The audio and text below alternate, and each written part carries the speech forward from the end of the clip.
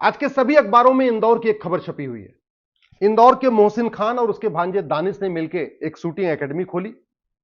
कोई कागज नहीं था, वो शूटिंग एकेडमी खोलने लायक नहीं थे, उनके पास क्वालिफिकेशन नहीं थी। इसके बावजूद उन्होंने पैसा दिया, फर्जी कागज बनवाया, शूटिंग एकेडमी खोल लिया। और शूटिंग एकेडमी में ज्यादातर वो लड़के और लड़कियों को शूटिंग की ट्रेनिंग देने लग गए। 100 से ज्यादा बेटियों को उन्होंने ट्रैप किया, 100 से ज्यादा बहन बेटियों को ट्रैप किया और उनके साथ बलात्कार भी किया। इसमें 100 की 100 बेटियां हिंदू हैं, एक भी गैर हिंदू नहीं है। एफआईआर दर्ज हो चुका है, जांच चल रही है।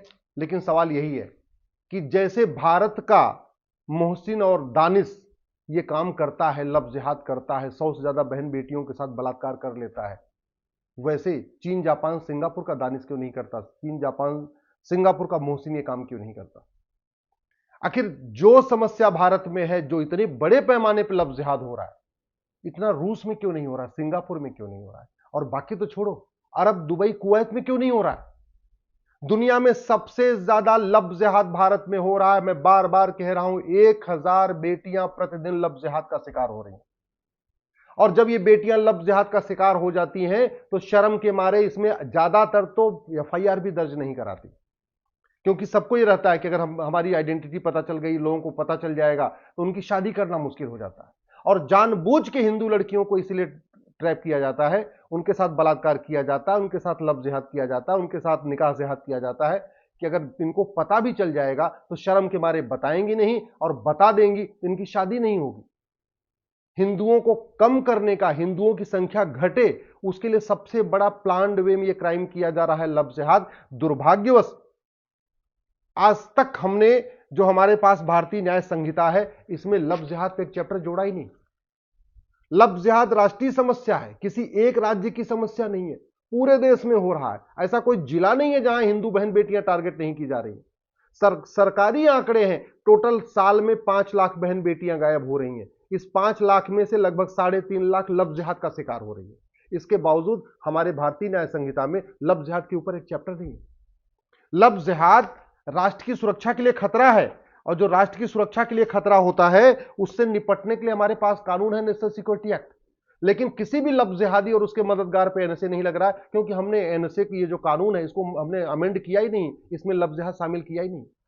लव जिहाद एक अनलॉफुल एक्टिविटी है, हमारी एकता अखंडता के लिए खतरा है, राष्ट्र की सुरक्षा के साथ साथ राष्ट्र की एकता अखंडता के लिए खतरा है, डेमोग्राफी बदलने के लिए काम किया जा रहा है। इसके बाद और हमारे पास जो राष्ट्र की एकता अखंडता के लिए खतरा, उससे निपटने के लिए कानून है यूएपीए, लेकिन इसमें भी हमने लव जिहाद को शामिल नहीं किया। इसलिए पूरे देश में कहीं पे भी पुलिस लव जिहादियों और उनके मददगारों पे यूएपीए नहीं लगा रही। लव जिहाद एक ऑर्गेनाइज क्राइम है। ऑर्गेनाइज क्राइम से निपटने के लिए हर राज्य के पास अपना कानून है। गुजरात के पास गुजको का है, महाराष्ट्र के पास मको का है, किसी के पास गंगे से, अलग अलग राज्यों के पास अलग अलग नाम से है। और इनफैक्ट भारतीय न्याय संहिता में भी ऑर्गेनाइज क्राइम के ऊपर एक पूरी एक धारा है। लेकिन पूरे देश में कहीं पे भी लव जिहाद करने वालों और उनके मददगारों पे ऑर्गेनाइज क्राइम की धारा नहीं लग रही है। लव जिहाद अपने आप में वेजिंग वॉर है, इनडायरेक्ट वे में ये वॉर है। ये लव जिहाद में कह रहा हूं, 1000 बेटियां लव जिहाद का शिकार हो रही हैं, और वेजिंग वॉर के लिए प्रोविजन है भारतीय न्याय संहिता में, लेकिन कहीं पे पुलिस नहीं लगा रही है। क्योंकि वेजिंग वॉर क्या है, वेजिंग वॉर में क्या क्या आएगा, वो हमने कहीं डिफाइन ही नहीं किया, तो पुलिस लगा नहीं रही है। और पुलिस लगा भी देगी, कल को कोर्ट में जाएगा, कोर्ट उसको हटा देगी, कोर्ट कहेगी नहीं ये तो लगता ही नहीं, क्योंकि हमने कानून बना दिया है घटिया। मैं कई बार कह चुका हूं, भारत को बचाना है तो सबसे पहले नियम कानूनों को बदलिए। भारत को बचाना है तो सबसे पहले हेट स्पीच को डिफाइन करिए, माइनॉरिटी को डिफाइन करिए। या तो माइनॉरिटी मेजॉरिटी खत्म कर दीजिए, नहीं तो माइनॉरिटी को डिफाइन करिए। 1 करोड़ जनसंख्या कभी माइनॉरिटी नहीं हो सकती। लाख, 2 लाख की जनसंख्या, 5 लाख की जनसंख्या, 10 लाख की जनसंख्या तो माइनॉरिटी हो सकती है। जिसकी जनसंख्या करोड़ों में हो वो माइनॉरिटी नहीं हो सकता। दुर्भाग्यवश हमने सड़ा हुआ कानून बना रखा है, और लव जिहादियों के लिए माइनॉरिटी कमीशन बना रखा है, लव जिहादियों के लिए माइनॉरिटी फिल्म मिनिस्ट्री बना रखा है, लव जिहादियों के लिए हमने मदरसा खोल दिया है, लव जिहादियों के लिए हमने वक्फ बोर्ड बना रखा है, लव जिहादियों के लिए वक्फ ट्रिब्यूनल बना रखा है। मजहब के आधार पर नियम चल रहा है, मजहब के आधार पर कानून चल रहा है, मजहब के आधार पर बोर्ड चल रहा है, मजहब के आधार पर ट्रिब्यूनल चल रहा है, मजहब के आधार पर आयोग चल रहा है, मजहब के आधार पर मंत्रालय चल रहा है, मजहब के आधार पर लोन चल रहा है, मजहब के आधार पर वजीफा चल रहा है।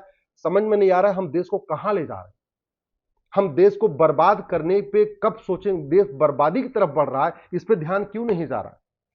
क्यों हम राइट टू एजुकेशन को राइट टू इक्वल एजुकेशन करके पूरे देश में कम से कम 16 साल तक 10वीं तक समान शिक्षा लागू कर देते? तो भैया न मदरसा चलेगा, न मिशनरी स्कूल चलेगा, भारत में केवल गुरुकुल वैदिक शिक्षा व्यवस्था चलेगी। इस एक शब्द जोड़ना, इक्वल जोड़ना है, राइट टू एजुकेशन को राइट टू इक्वल एजुकेशन बनाना है।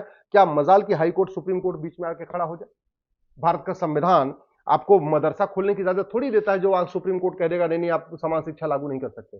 समान शिक्षा लागू हो ये संविधान कहता है, समान शिक्षा लागू हो बाबा साहब अम्बेडकर चाहते थे, समान शिक्षा लागू हो ये गांधी जी चाहते थे, समान शिक्षा लागू हो ये लोहिया जी चाहते थे, और हमारा संविधान भी कहता है समान शिक्षा लागू होनी चाहिए। फिर भी हम मदरसा चलवा रहे हैं, मिशनरी स्कूल चलवा रहे हैं, और राइट टू एजुकेशन को आज तक राइट टू इक्वल एजुकेशन नहीं कर पाए। लब जिहाद इसलिए चल रहा है क्योंकि सालों साल जांच चलती है, सालों साल चलती रहती है। क्यों नहीं 1861 के पुलिस एक्ट को हम बदल के नया एक पुलिस रिफॉर्म करते हैं, पुलिस चार्टर लागू करते हैं, 1 घंटे के अंदर एफआईआर होगी, 1 महीने के अंदर जांच पूरी होगी। अब आप सोच रहे होंगे 1 महीने के अंदर जांच पूरी कैसे होगी? 100% हो जाएगी। जिसके खिलाफ ये मामला बन रहा है, जैसे ये मोहसिन है, दानिश है, इसका narco polygraph brain mapping test करिए, 1 दिन के अंदर पता चल जाएगा इसने 100 लड़कियों के साथ बलात्कार किया कि 150 लड़कियों के साथ किया कि 200 लड़कियों के साथ किया। मैं एक नार्को पॉलीग्राफ ब्रेन मैपिंग कानून क्यों जरूरी है? क्योंकि बेटियां शर्म के मारे आती नहीं सामने, उनके परिवार शर्म के मारे सामने नहीं आते। उनको लगता है अगर हम जाएंगे थाना में एफआईआर करेंगे और बार बार हमें तारीख पे तारीख जाना पड़ेगा, कोर्ट में जाना पड़ेगा, उनका आगे शादी विवाह रुक जाएगा। इस शर्म के मारे वो ट्रैप हो जाती है। परिवार को पता होता है कि लब जिहाद हुआ, फिर भी बोलता नहीं। तो हम क्यों ऐसे परिवारों को मजबूर कर रहे हैं कि सामने आओ? तो क्यों नहीं हम नार्को पॉलीग्राफ ब्रेन मैपिंग कानून बना देते? आखिर भारतीय ये जो साक्ष्य संहिता बनाई है, इसमें अमेंड करके narco polygraph brain mapping mandatory क्यों नहीं कर देते? संविधान कहीं नहीं मना करता कि नहीं नार्को पॉलीग्राफ ब्रेन मैपिंग कानून हो सकता। हमने ये भारतीय नागरिक सुरक्षा संहिता बनाई, और इसमें हम जुडिशियल रिफॉर्म करके जुडिशियल चार्टर क्यों नहीं कर देते कि लब जिहाद का मुकदमा 1 साल के अंदर डिसाइड होगा? और हो सकता है अगर हम कानून बना के झूठ पकड़ने के लिए नार्को पॉलीग्राफ ब्रेन मैपिंग कानून बना दे, झूठी गवाही, झूठा हलफनामा को गंभीर अपराध घोषित कर दे, भ्रष्टाचार को गंभीर अपराध घोषित कर दे। भ्रष्टाचार जरूरी है क्योंकि ये लब जिहादियों के पास बड़ी फंडिंग आती है, और उस फंडिंग के जरिए वो पहली बात तो जांच में ही थानेदार को पैसा देके, पुलिस वालों को पैसा देके जांच ही गड़बड़ करा देते हैं, जांच कमजोर करा देते हैं, और जांच कमजोर हो जाती है, उसके बाद मामला कोर्ट में चलता है। वहां जो गवाह आते हैं, इनकी उनके पास इतनी फंडिंग आती है, गवाह भी खरीद लेते हैं, कई बार जज को भी मैनेज कर लेते हैं, आराम से जमानत ले लेते हैं। हम लोग क्या करते हैं? कोर्ट को कोसते रहते हैं। अरे सच्चाई यह है कि हमारा कानून घटिया है। कोर्ट क्या करे जब कोर्ट का काम है कानून की व्याख्या करना, कानून को देखना। कोर्ट कानून थोड़ी बना सकती। ये जो सिटीजनशिप एक्ट बना हुआ है, हम क्यों नहीं एक सिटीजन चार्टर लागू कर देते कि जो लब जिहाद करेगा, जो लब जिहादियों की मदद करेगा, उसकी नागरिकता खत्म हो जाएगी। जिस दिन हमने लब जिहाद करने वालों और उनके मददगारों की 100% संपत्ति जब्त करने, उनकी नागरिकता खत्म करने, उनको आजीवन कारावास, फांसी देने के लिए कानून बना दिया ना, मैं गारंटी के साथ कहता हूं लब जिहाद रुक जाएगा। और नहीं ऐसे सोशल मीडिया में शेयर करते रहेंगे, रोज खबरें बनती रहेंगी, यहाँ पे यहाँ चलता रहेगा, एफआईआर होती रहेगी, जांच होती रहेगी, सब कुछ होता रहेगा, लब जिहाद रुकेगा नहीं। और ध्यान रखिएगा, 1000 बेटियां लब जिहाद का शिकार हो रही हैं। लब जिहाद की तकलीफ तो वो पिता जानता है जिसकी बेटी ट्रैप हो गई है, वो भाई जानता है जिसकी बेटी लब जिहाद का शिकार हो रही है, जिसकी वो मां जानती है कि उसको कितनी तकलीफ है जिसकी बेटी लब जिहाद में ट्रैप हो गई है। बड़ी बड़ी बातें करने से लब जिहाद नहीं रुकेगा। लब जिहाद रोकने के लिए समान शिक्षा लागू करना पड़ेगा, समान दंड संहिता लागू करना पड़ेगा, समान पुलिस संहिता लागू करना पड़ेगा, समान न्यायिक संहिता लागू करना पड़ेगा। लब जिहाद रोकने के लिए पुलिस चार्टर लागू करना पड़ेगा, एडमिनिस्ट्रेटिव चार्टर लागू करना पड़ेगा, जुडिशियल चार्टर लागू करना पड़ेगा, भ्रष्टाचार खिलाफ कठोर कानून बनाना पड़ेगा। लब जिहादियों की फंडिंग जो ड्रग का कारोबार चलता है उससे आता है, तो पहले इस कानून को बदलना पड़ेगा। जो नकली ड्रग का कारोबार चल रहा है उसको रोकना पड़ेगा, तब जाके लब जिहाद रुकेगा। लब जिहाद रोकना है तो जो ड्रग जिहाद चल रहा है, जो ड्रग का कारोबार चल रहा है, वो जो फंडिंग आ रही है ना, जो ड्रग स्मगलिंग का पैसा आता है, उसका ज्यादातर पैसा लब जिहादियों को फंडिंग में आता है, लब जिहादियों को फंडिंग होती है। तो ये कानून बदलना पड़ेगा। जब ड्रग स्मगलिंग रुकेगी तो फंडिंग रुकेगी, जब फंडिंग रुकेगी तो लब जिहाद भी रुकेगा। अगर हम लब जिहादियों की जो फंडिंग होती है हवाला के जरिए होती है, और वो हवाला कारोबार इसलिए चल रहा है कि ये कानून महा घटिया है, महा सड़ा हुआ है। लब जिहादियों को बाहर से फंडिंग आती है एफसीआरए के जरिए। 2010 में कांग्रेस ने कानून बनाया इसीलिए था। हम कांग्रेस को सुबह से शाम तक कोसते रहते हैं, नेहरू, गांधी, राजीव गांधी, फलाने ढिकाने, सबको कोसते रहते हैं, लेकिन कांग्रेस का एक कानून हम बदलते नहीं, खत्म नहीं करते उसको। फंडिंग नहीं जब बंद होगी तो लब जिहाद नहीं रुकेगा।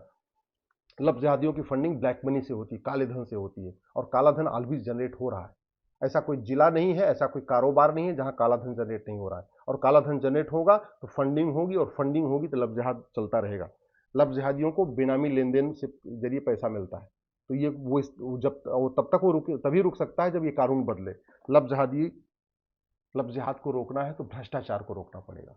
ये थाने का जो भ्रष्टाचार है ना, ये जो तहसील का भ्रष्टाचार है, जो जिले का भ्रष्टाचार है, ये जजों के घर में नोटों की बोरियां मिलती हैं, वो रोकना पड़ेगा। और उसके लिए प्रिवेंशन ऑफ करप्शन एक्ट को बदलना पड़ेगा।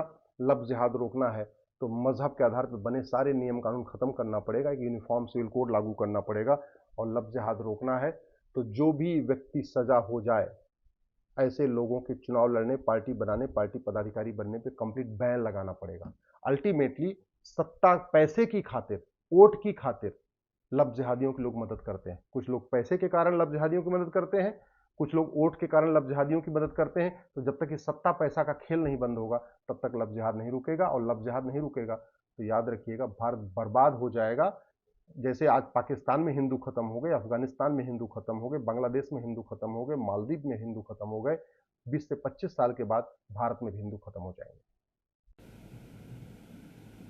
बता सर, एक राइफल एकेडमी चलाने वाले के खिलाफ केस दर्ज हुआ है, किस तरह का मामला है? देखिए, ये राइफ़ल एकेडमी शूटिंग एकेडमी है जिसमें मोहसिन इसके संचालक हैं, ट्रेनर हैं। और अभी 2 दिन पहले एक पॉस्को एक्ट में कार्रवाई एक बच्ची की शिकायत पर किया गया था। कल 2 मुकदमे और दर्ज किए गए हैं जिसमें रेप का मामला, जो BNS 64 का मामला है, वो दर्ज किया गया है। जांच की जा रही है, जो भी तथ्य सामने आएगा उसके अनुरूप वैधानिक कार्रवाई की जाएगी। गिरफ्तारी कर चुके हैं सर? गिरफ्तारी ऑलरेडी मोहसिन की पहले वाले ही मामले में पॉस्को एक्ट के तहत कर ली गई थी। सारे वीडियो फुटेज खंगाले जा रहे हैं। जो मोहसिन का मोबाइल है वो जब्त कर लिया गया है। सारा जो डाटा है वो रिट्रीव किया जा रहा है। जो भी तथ्य सामने आएगा उसके अनुरूप कार्रवाई की जाएगी। सर, ये दोनों रेप के ही हैं? दोनों रेप के मामले दर्ज हुए हैं।